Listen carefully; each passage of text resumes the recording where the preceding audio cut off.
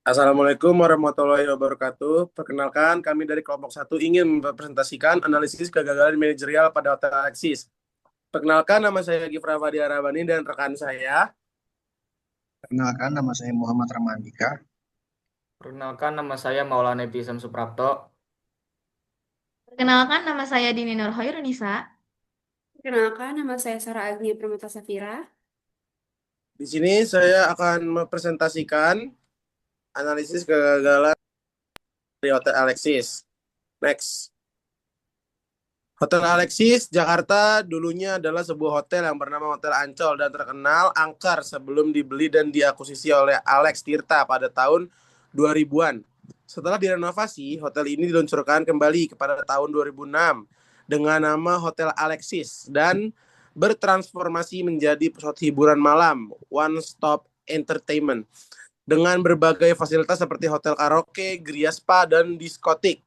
Namun, di balik fasilitas hiburannya, Alexis dikenal luas sebagai tempat penyedia layanan prostitusi kelas atas yang akhirnya ditutup oleh pemerintah Provinsi DKI Jakarta di bawah kepemimpinan Gubernur Anies Baswedan karena masalah izin usaha terkait dugaan praktik prostitusi. Selanjutnya, di sini ada analisis fungsi-fungsi manajemen. Yang pertama itu ada planning. Untuk planning sendiri itu tidak ditemukan bukti jika manajemen mempertimbangkan risiko hukum dan politik untuk jangka yang panjang. Selain itu, strategi komunikasi krisis yang tidak berhasil, seperti yang ditunjukkan oleh pemberitaan negatif yang kuat secara keseluruhan, Alexis itu dinilai gagal dalam perencanaannya, terutama dalam hal manajemen citra dan juga mitigasi risiko. Lalu yang kedua ada organizing. Organisasi internal dari Alexis ini tidak dipublikasikan secara rinci, tetapi Guritno dan juga yang lainnya menunjukkan bahwa operasional Alexis ini menarik perhatian pemerintah dan juga media. Ini itu menunjukkan bahwa fungsi kepatuhan atau compliance tidak terintegrasi dalam struktur pengorganisasian. Lalu yang ketiga ada actuating. Alexis itu tampak berhasil memotivasi karyawannya untuk memberikan layanan yang premium. Namun, dari perspektif strategi kepemimpinan, terdapat kegagalan dalam memandu perusahaan menuju pemenuhan hukum dan juga mempertahankan reputasi perusahaannya. Yang terakhir itu ada controlling. Tidak adanya pengawasan internal yang mampu menangani risiko politik, risiko reputasi, dan juga ketentuan menunjukkan bahwa pengendalian tidak dijalankan secara menyeluruh. Lalu di sini ada juga analisis SWOT. Yang pertama ada strength-nya atau kekuatannya itu mereka itu kuat dalam kesadaran mereka yang tinggi, lalu juga lokasi yang strategis dan juga segmen pasar yang premium. Lalu selanjutnya ada weaknesses atau kelemahannya. Hotel Alexis ini mempunyai reputasi negatif terkait prostitusi, lalu ketidakpatuhan terhadap regulasi dan juga framing media yang merugikan. Lalu yang ketiga ada opportunities atau peluang. Mereka memiliki peluang untuk rebranding ke operasional yang legal, permintaan pasar premium yang cukup stabil, dan juga potensi kerjasama dengan pemerintah. Lalu, yang terakhir itu ada threats atau ancaman dari Hotel Alexis ini. Mereka memiliki tekanan politik yang kuat, opini publik dan juga media yang negatif, dan juga adanya penguatan tren pariwisata yang halal. Di sini ada analisis PESTEL. Yang pertama itu ada dari political atau politik. Nah, untuk penutupan analisis ini dipicu karena adanya kebijakan pemerintah Provinsi DKI untuk menertibkan hiburan malam terkait prostitusi. Intervensi politik dan juga opini publik ini hasil pemberitaan media memperkuat keputusan pencabutan izin dari Hotel Alexis itu sendiri. Lalu yang kedua dari ekonomik atau ekonomi. Penutupan Alexis ini berdampak besar pada pekerja dan juga bisnis di sekitarnya. Sekitar 1.000 karyawan kehilangan pekerjaan, menunjukkan kebijakan perizinan pemerintah ini sangat memengaruhi ekonomi sektor hiburan malam. Yang ketiga ada sosial. Alexis ini lama dipandang negatif secara moral. Media juga memperkuat citra prostitusinya sehingga masyarakat menekan pemerintah untuk segera menutupnya. Faktor sosial ini mempercepat keputusan dari politik.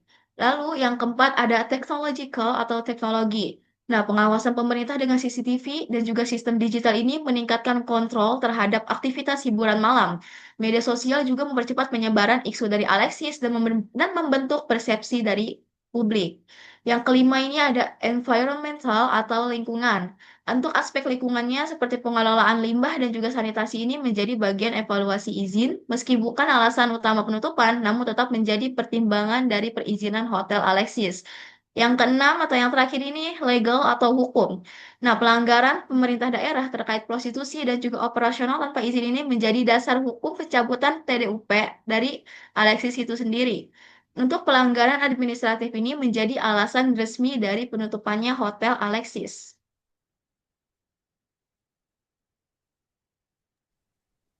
Ya, selanjutnya ada sejarah singkat dan latar belakang Hotel Alexis. Hotel Alexis merupakan salah satu fasilitas akomodasi dan pusat hiburan yang pernah beroperasi di kawasan Ancol, Jakarta Utara.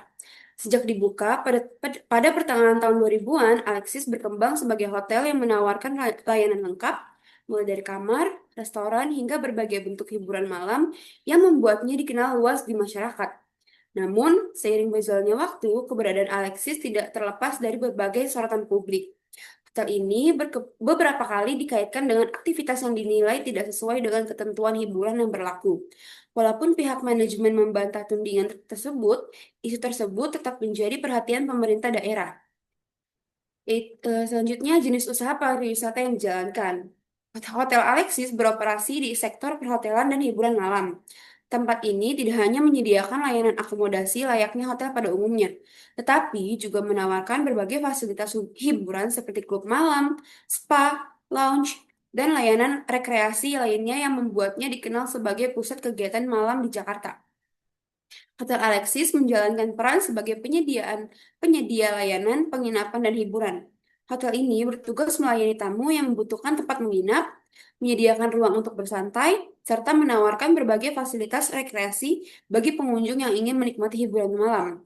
Selain itu, Hotel Alexis juga berperan sebagai tempat berkumpul, bersantai, dan menikmati layanan yang disediakan di dalam gedungnya. Boleh di next?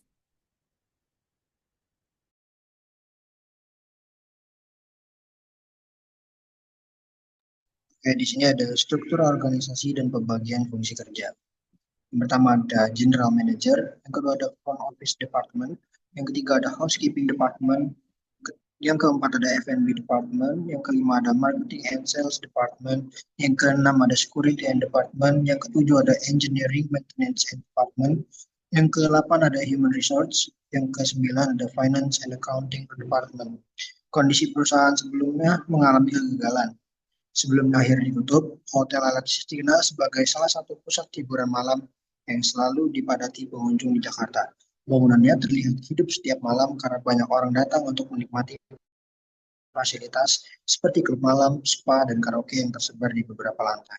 Suasana di dalamnya dipenuhi cahaya lampu, musik, dan aktivitas para tamu yang datang untuk bersantai. Dari luar pun, hotel ini tampak tak pernah sepi. Kendaraannya silih berganti berhenti di lobi. Sementara staf dan petugas keamanan sibuk mengatur urus tamu. Aktivitas di dalam hotel berlangsung tanpa henti, terutama saat akhir pekan ketika jumlah pengunjung biasanya meningkat.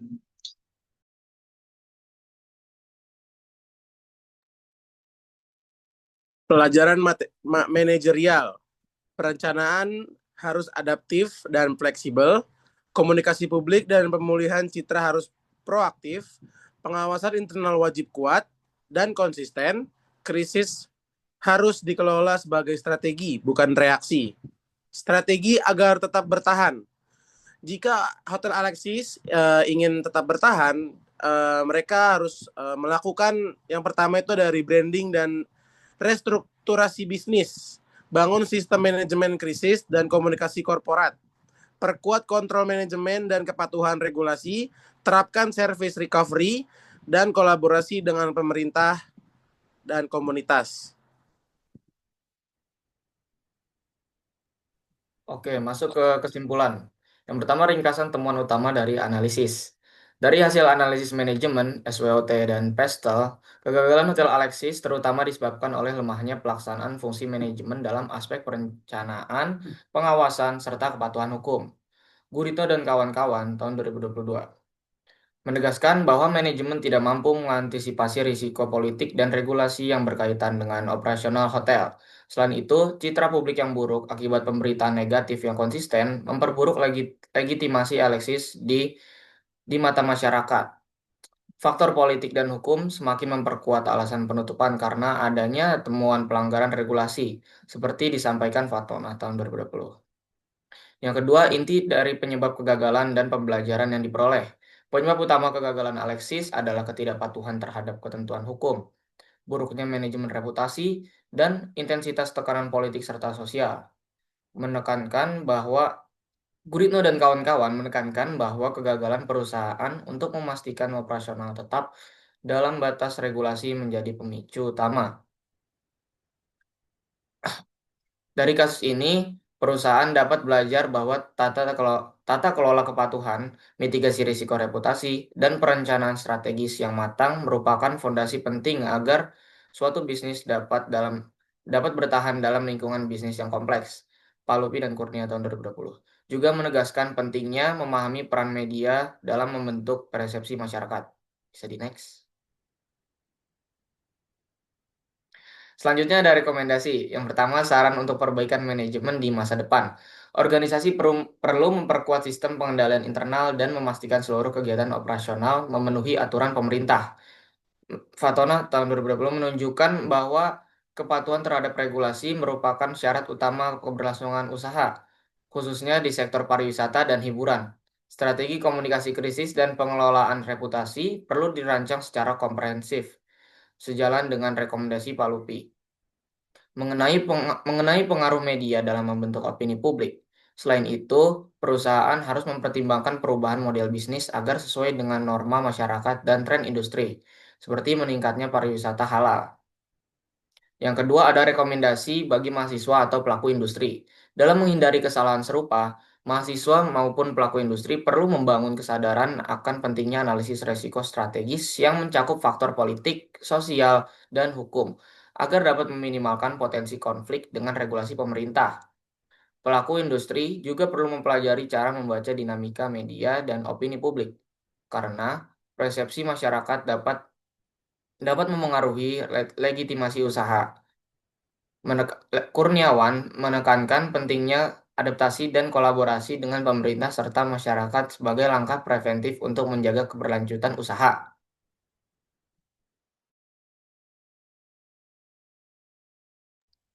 Sekian presentasi dari kami, kelompok 1. Kurang lebihnya mohon maaf. Wassalamualaikum warahmatullahi wabarakatuh. Izin.